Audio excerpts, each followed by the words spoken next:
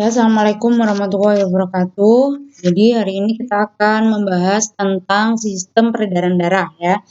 Jadi karena materinya sangat banyak, sistem peredaran darah ini kita bagi menjadi dua pertemuan ya. Jadi pertemuan pertama ini kita bahas sistem peredaran darah secara keseluruhan, terutama cara kerja jantung dan sebagainya. Untuk yang minggu kedua kita akan membahas tentang pembuluh darah dan sel-sel darah ya. Jadi karena banyak kita bagi menjadi dua pertemuan. Oke, ini adalah komponen yang akan kita bahas di bab peredaran darah. Jadi yang pertama jantung yang akan kita bahas pada pertemuan ini. Nah, yang kedua pembuluh darah, yang ketiga sel-sel darah. Nah, nanti poin kedua dan ketiga ini akan kita bahas minggu depan ya. Masih ingat apa itu fungsi dari sistem peredaran darah? Ya ini, peredaran darah memiliki fungsi untuk mengedarkan oksigen dan nutrisi ke sel-sel ya, ke jaringan-jaringan ya. Selain dia itu mengalirkan oksigen, dia juga memiliki fungsi untuk membawa CO2 dan limbah-limbah yang ada di sistem tubuh kita ya. Jadi dia memiliki dua fungsi ini. Oleh karena itu nanti kita akan tahu bagaimana dia itu mengedarkan oksigen dan nutrisi-nutrisi ke sel ya. Oke, sistem peredaran darah dibagi menjadi dua, apa saja? Ya, sistem peredaran darah terbuka dan tertutup. Masih ingat perbedaannya apa? Ya, jadi sistem peredaran darah terbuka adalah sistem peredaran darah yang dia tidak melalui pembuluh darah. Ya, jadi contohnya yang ada pada serangga, ya di situ kalian lihat dia tidak memiliki pembuluh darah, ya jadi melalui saluran lain. Nah, sedangkan sistem peredaran darah yang kedua yaitu sistem peredaran darah tertutup, ya yang mana peredaran darah tertutup ini dia sudah melalui pembuluh darah ya. Jadi dia diedarkannya melalui pembuluh darah, ada arteri dan ada vena ya. Oke, contohnya pada hewan-hewan vertebrata gitu ya. Cacing juga sudah memiliki sistem peredaran darah tertutup karena dia sudah memiliki pembuluh darah ya, meskipun jantungnya belum sempurna ya. Oke, ini adalah perbandingan evolusi struktur jantung dari beberapa vertebrata, hewan bertulang belakang gitu ya. Kita lihat di sini yang pertama ada ikan. Jadi di ikan itu dia hanya memiliki dua ruang jantungnya. Ada ventricle dan atrium. Ya, jadi kalau sekarang istilahnya kalian jangan bilik dan serambi, tapi kita sudah memakai istilah ventricle dan atrium ya. Nah, kemudian amfibi sudah memiliki 3 ruang ya, jadi tidak seperti ikan yang 2 ruang. Amfibi memiliki 3 ruang, jadi atriumnya ada 2, atrium kanan dan atrium kiri. Tapi ventricle-nya hanya ada 1 ya. Untuk reptil dia sudah memiliki 4 ruang, ada 2 atrium dan 2 ventricle. Nah, tapi nanti kita akan lihat perbedaannya antara reptil dan mamalia meskipun sama-sama memiliki 4 ruang. Nah, jadi di reptil itu tidak ada sekatnya gitu ya. Nah, sedangkan di mamalia kita sudah lihat dia memiliki 4 ruang, 2 atrium dan 2 ventricle dengan sekat yang sempurna.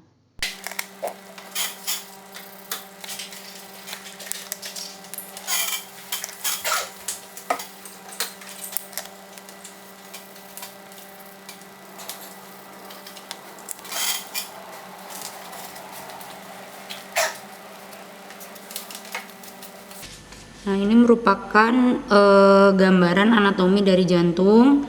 Nah, di sini kita lihat aliran darah itu dia akan ke atrium. Dari atrium kemudian kita akan ke ventricle. Nah, ventricle akan menuju ke paru-paru, gitu ya.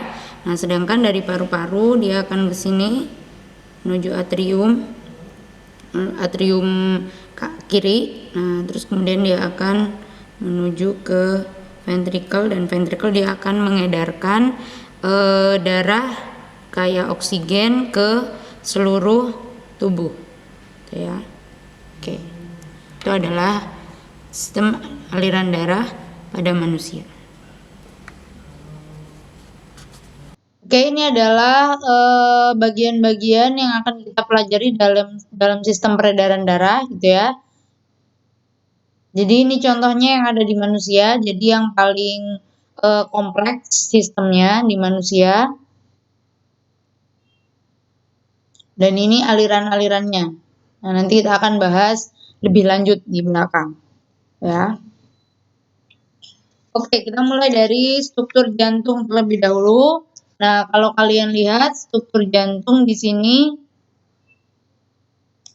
Nah, struktur jantung yang tadi kita lihat ada atrium kanan, atrium kiri. Jadi kalau kalian berhadapan dengan gambar ini, maka kebalikannya dari posisi kalian, ya. Jadi ini adalah kanan dan ini kiri. Nah, terus kemudian ada ventricle, ya, ada ventricle. Nah, di antara atrium dan ventricle ini dibatasi oleh suatu katup, ya, oleh suatu katup. Nah, jadi di sini ada antara atrium dan ventricle ada namanya katup atrioventrikular, ya. Jadi ini yang membatasi atrium dan ventricle. Nah, begitu juga dengan yang bagian kiri. Nah, ini juga ada atrioventrikular. Nah, sedangkan antara ventricle dengan arteri, ya, dengan arteri di sini terdapat katup juga yang disebut dengan katup semi lunar. Nah, katup-katup ini nanti yang akan mencegah darah untuk kembali lagi, ya. Jadi ini mencegah darah untuk kembali lagi. Oke. Nah, selanjutnya ini adalah lebih jelasnya dari struktur jantung ikan. Kalau kalian lihat di sini dia hanya memiliki dua ruang, ya, hanya memiliki dua ruang, atrium dan ventricle. Nah, kemudian ini sudah dia menuju ke insang, ya, menuju ke insang. Nah, di sini dia darah kotor, gitu ya, darah yang kayak CO2. Kemudian dibawa dari tubuh menuju ke jantungnya. Nah, menuju ke jantungnya, terus kemudian disaring dan diedarkan lagi. Nah, sedangkan ini adalah struktur jantung katak. Dia terdiri dari 3 ruangan, gitu ya. Ada 2 atrium dan 1 ventricle. Nah, di sini kalian lihat alirannya, ya. Jadi alirannya seperti ini. Ya, ini hanya dibatasi oleh katup di sini.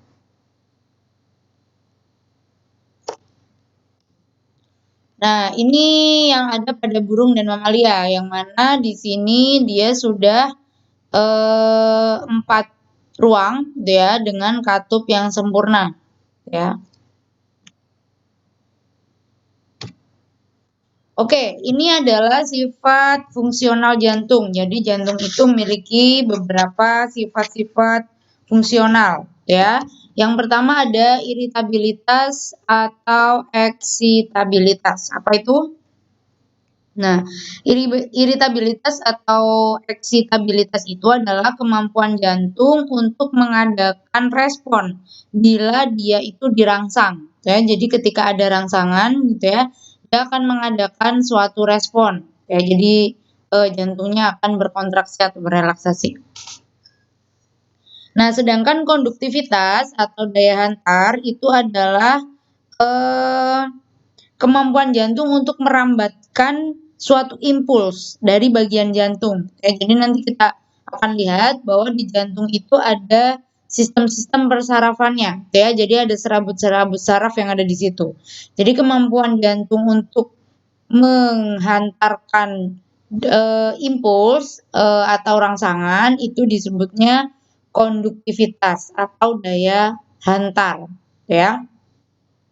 Nah, yang ketiga ada kontraktilitas. Kontraktilitas ini dia kemampuan jantung untuk dapat berkontraksi, ya.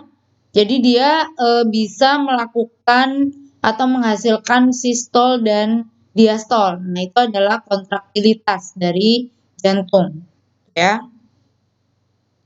Nah, kemudian ini yang keempat ada otomatisitas atau ritmisitas, yang mana ini pernah dibahas di awal dulu ya. Jadi jantung itu memiliki cara kerja yang ritmis, gitu ya. Jadi dia itu bisa bergerak secara otomatis dan beritme atau berirama, gitu ya. Jadi sesuai iramanya itu sesuai jika jantungnya itu normal. Nah, itu sifat jantung yang otomatisitas atau ritmisitas, ya. Nah, terus kemudian poin terakhir ada mempunyai waktu refraktor yang lama. Apa itu refraktor? Nah, refraktor itu dia adalah kondisi ketika dia kehilangan sifat nomor satu. Nah, jadi sifat nomor satu kan kemampuan jantung untuk mengadakan suatu respon. Nah, si jantung ini dia itu memiliki atau mempunyai waktu refraktor yang lama. Jadi dia akan lama kehilangan iritabilitasnya ini.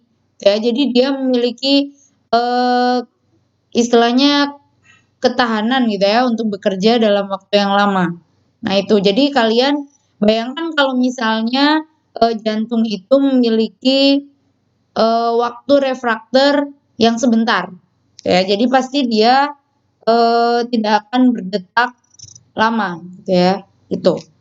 Nah, atau ini kasusnya apa yang terjadi jika otot jantung itu mengalami tetanus? Ya, jadi kalau tetanus itu dia apa? Menyebabkan kejang otot. Ya, jadi jantungnya itu nanti tidak bisa lagi berkontraksi atau berelaksasi, tidak bisa menghasilkan sistol atau diastol. Artinya lama-lama jantung akan berhenti di situ. Ya, ketika dia terkena tetanus. Oke. Selanjutnya ini adalah siklus dari aliran jantung ya. Di sini kita lihat waktu yang diperlukan sangat cepat ya, waktu yang diperlukan sangat cepat. Kita lihat yang pertama, ketika atrium dan ventricle itu dia menghasilkan diastol ya, menghasilkan diastol. Nih. Jadi darah masuk ya melewati atrium kemudian ke ventricle. Nah, ventricle. Nah, ketika darah sampai masuk ke ventricle, kemudian dipompa lagi. Yang mana ini berarti dipompa ke paru-paru. Nah, yang ini dipompa ke seluruh tubuh. Nah, dipompa ke seluruh tubuh nantinya. Nah, terus kemudian ketika dia itu sudah berkontraksi penuh, alias katup-katup antrioventrikularnya sudah menutup semua, ya, maka dia akan berkontraksi secara penuh di sini. Nah, kita lihat waktunya, ini hanya memerlukan waktu 0,4 second saja, ini 0,1 second, dan ini 0,3 second. Oke, jadi sangat cepat pergerakan jantung.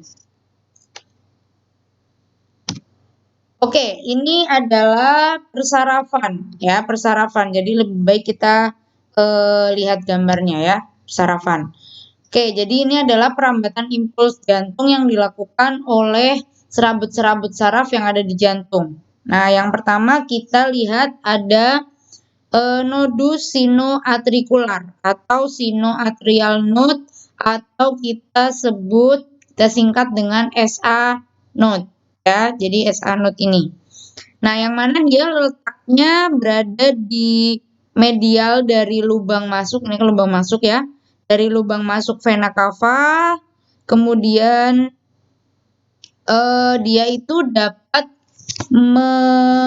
menerima saraf ya, menerima saraf dari simpatif maupun parasimpatis ya. Nah, dia itu berperan sebagai pacemaker. Nah, pacemaker itu pemacu jantung. Jadi kalau misalnya ada orang gagal jantung gitu ya, itu kan dipasang alat pacu jantung. Nah, alat pacu jantung itu untuk menggantikan si S-anode ini, ya. Nah, dia itu berarti berhubungan langsung dengan atrium bagian kanan di sini, ya. Terus kemudian dia akan menerima rangsang tadi dan akan menyebarkan ke seluruh otot-otot di atrium ini. Ya, itu. Nah, terus kemudian ada ini AV node yang kedua, ada AV node atau atrioventricular node, ya. Nodus atrioventricular. Nah, nama lainnya ada nodus tawara gitu ya. Jadi itu sama aja. Ini letaknya dia ada di rada tengah ini ya, di subendokardium atrium, ya, yang dia dekat dengan pintu masuknya atau lubang masuknya sinus koronaria. Ya, jadi dia di sini. Nah, jadi yang terakhir ada jaringan Purkinje atau serat Purkinje namanya. Nih ya, serat Purkinje ini disebut juga dengan berkas-berkas His, ya, berkas His, yang mana dia akan menghantarkan impuls ke otot-otot jantung. Nah, jadi ini menyebar banyak di sini. Dan serat Purkinje ini dia hanya ditemukan pada aves dan mamalia, artinya jantung vertebrata yang memang sudah kompleks ya penyusunnya. Nah, dia banyak mengandung glikogen di sini, jadi miofibrilnya cuma sedikit. Terus kemudian dia itu strukturnya bercabang, ya, bercabang ke seluruh ventricle. Nah, ke seluruh ventricle. Jadi kalau misalnya kalian lihat di sini, ini rangsangannya dari SA node, kemudian sampai ke AV node menuju ke Purkinje. Nah, Purkinje-nya ini dia akan menyebarkan impuls ke seluruh ventricle, ya. Oke, ini kontrol dari ritme jantung. Nah, kita lihat di sini, ini ada ECG gitu ya. Jadi ini itu berhubungan dengan adanya impuls di jantung. Nah, kita lihat kalau misalnya SA node sudah mulai menghantarkan sinyal-sinyal untuk berkontraksi. Nah, ini maka P ya, jadi ini adalah lengkung P gitu ya. Nanti di sini disebut P, di sini disebut QRS. Nanti di belakang ada. Nah, ini mulai naik ya, gelombangnya mulai naik. Nah, ketika AV node itu menerima rangsang ya, menerima rangsang dari SA node tadi. Nah, ini atriumnya sudah menerima rangsang semuanya. Nah, ketika di sini menerima rangsang, maka yang akan terjadi seperti ini. Jadi lengkungannya akan mulai turun. Nah, di sini terjadi delay ya, terjadi penundaan dari impuls tadi. Nah, setelah ditunda, kemudian dia akan dialirkan ke seluruh serat Purkinje ya, sampai ke ujung dari jantung ya. Maka ini yang terjadi. Nah, sehingga nanti dia akan berkontraksi sempurna. Nah, setelah ini disalurkan ke seluruh ventricle ya oleh serat Purkinje ini, dia akan merespon sinyal tadi dan ECG akan menunjukkan puncak dari gelombangnya ini. Ya, jadi ini adalah kontraksi dari ventricle. Artinya ventricle sudah berkontraksi akibat rangsangan dari serat Purkinje tadi, maka akan menghasilkan gelombang seperti ini. Ya. Oke. Nah, ini daya hantar pada jantung manusia. Jadi kecepatan penghambatan impulsnya kita lihat di sini dari SA node itu hanya 0,01 meter per detik. Ya, otot atrium, AV node, serabut Purkinje sampai. Jadi ini kalian total. Nah, ini adalah waktu yang diperlukan oleh jantung dari dia menerima rangsangan gitu ya dari SA node ini sampai dia berkontraksi sempurna ya. Nah, ini kita lihat, ini tadi sudah ya.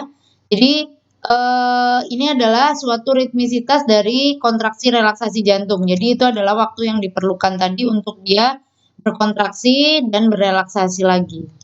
Nah, yang mana nanti ketika dia kontraksi dan relaksasi, dia akan menghasilkan tekanan yang disebut dengan diastol dan sistol. Nah, diastol itu adalah kondisi di mana aliran darah ya dari vena dia itu menuju ke bilik-bilik jantung. Ya, jadi ini ketika ini ya diastol. Nah, sistol itu dia ketika atrium berkontraksi ya. Atriumnya berkontraksi, kemudian dia mengisi ventrikel-ventrikel dengan darah. Nah, kemudian ventrikel ini dia akan berkontraksi sehingga memompa darah dari jantung ya menuju ke paru-paru atau ke seluruh tubuh. Nah, itu sistol ya. Yang kita lihat waktunya di sini.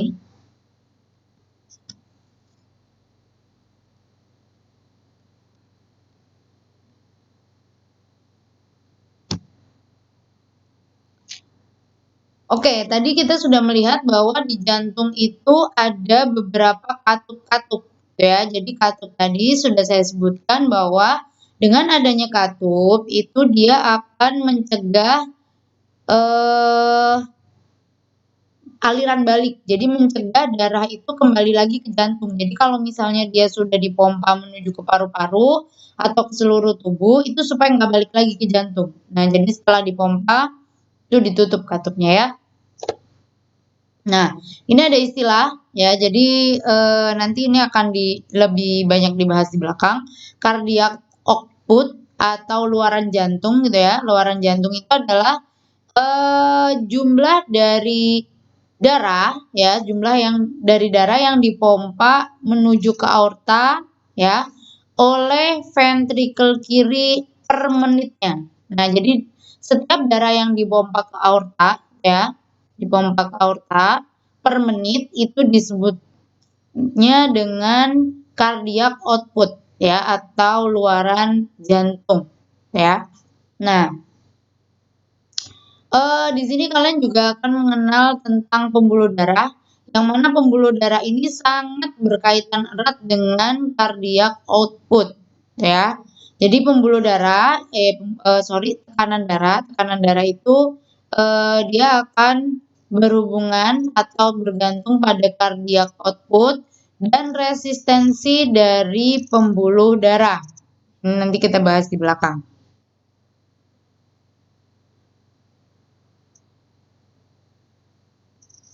Ya, jadi tekanan darah itu bergantung pada 2 poin ini, ya. Nanti hubungannya ada di penjelasan selanjutnya. Oke. Nah, ini masih berhubungan dengan persarafan jantung tadi. Nah, persarafan jantung tadi itu setelah kalian lihat ada bagian-bagiannya, ada serabut-serabutnya itu. Nah, dia itu dipengaruhi oleh siapa? Dipengaruhi oleh saraf otonom. Artinya kita tidak bisa mengendalikannya. Jadi saraf otonom itu kan tidak sadar. Ya, jadi kita tidak bisa mengendalikan secara langsung. Nah, saraf otonom itu kan ada 2 ya, saraf simpatis dan parasimpatis. Nah, yang mana kalau saraf simpatis ini dia bisa bekerja meningkatkan kuat kontraksi, frekuensi denyut jantung, dan mempercepat perambatan impuls. Nah, sedangkan saraf yang parasimpatis itu dia sebaliknya ya. Jadi justru dia akan menurunkan kuat kontraksi, menurunkan frekuensi denyut jantung, dan dia akan melambatkan perambatan impuls. Jadi ini berkebalikan ya bekerjanya. Tapi ini ada semuanya di jantung.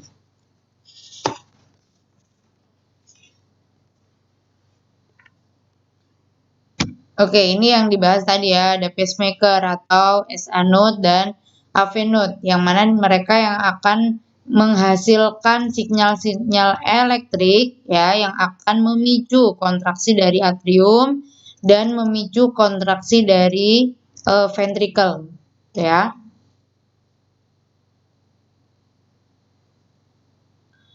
Nah, dalam membicarakan tentang kerja jantung, di sini itu ada beberapa faktor-faktor yang memengaruhi kerja jantung, ya. Jadi ini ada. Nah, yang pertama suhu. Nah, suhu ini kenapa kok bisa mempengaruhi kerja jantung? Karena suhu itu dia bisa mempengaruhi kecepatan metabolisme dari es anodnya.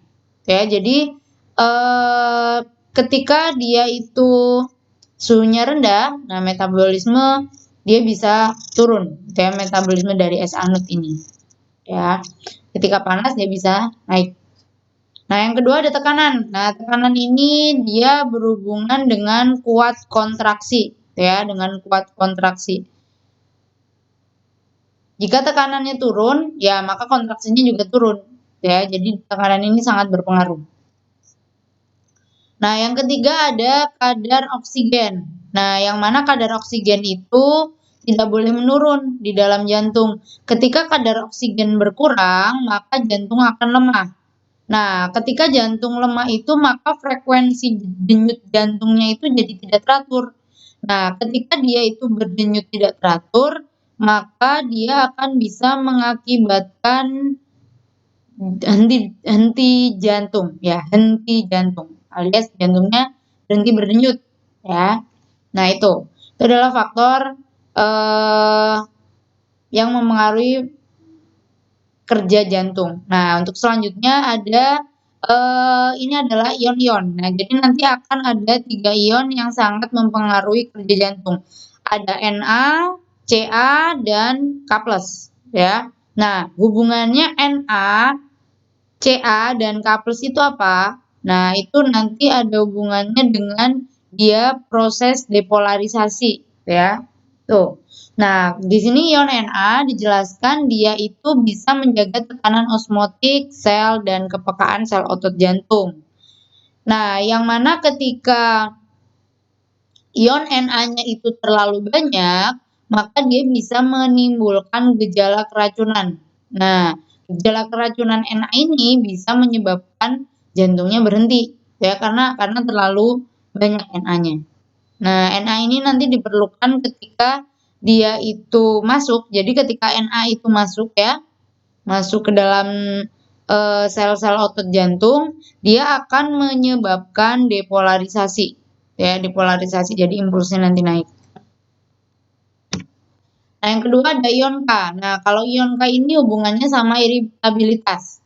Nah, iritabilitas akan tetapi ketika kelebihan ion K itu dia juga akan mengganggu keseimbangan dari potensial membran. Nah, yang mana ketika potensial membran ini terganggu, maka dia akan menurun kontraksinya. Nah, kontraksi menurun, lama-lama dia nanti akan berhenti berdenyut juga jantungnya. Nah, ketika dia berhenti berdenyut, yang disebabkan oleh kelebihan ion K ini disebut dengan peristiwa kalium inhibitor. Ya, kalium inhibitor. Oke. Nah, kemudian yang berikutnya ada ion Ca. Nah, ion Ca ini juga mempengaruhi kuat kontraksi jantung. Nah, yang mana ketika ion Ca-nya terlalu berlebih, ya, di ekstraseluler, dia akan meningkatkan kontraksi jantung.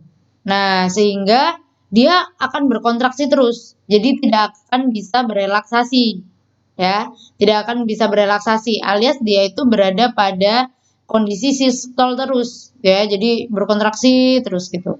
Nah, nanti ini juga bisa menyebabkan jantung berhenti, ya, yang disebut dengan peristiwa kalsium rigor, ya. Jadi makanya kita lihat apakah ion-ion ini ternyata terlalu banyak di dalam tubuh kita. Karena kalau misalnya terlalu banyak, itu justru menimbulkan hal-hal seperti ini, ya.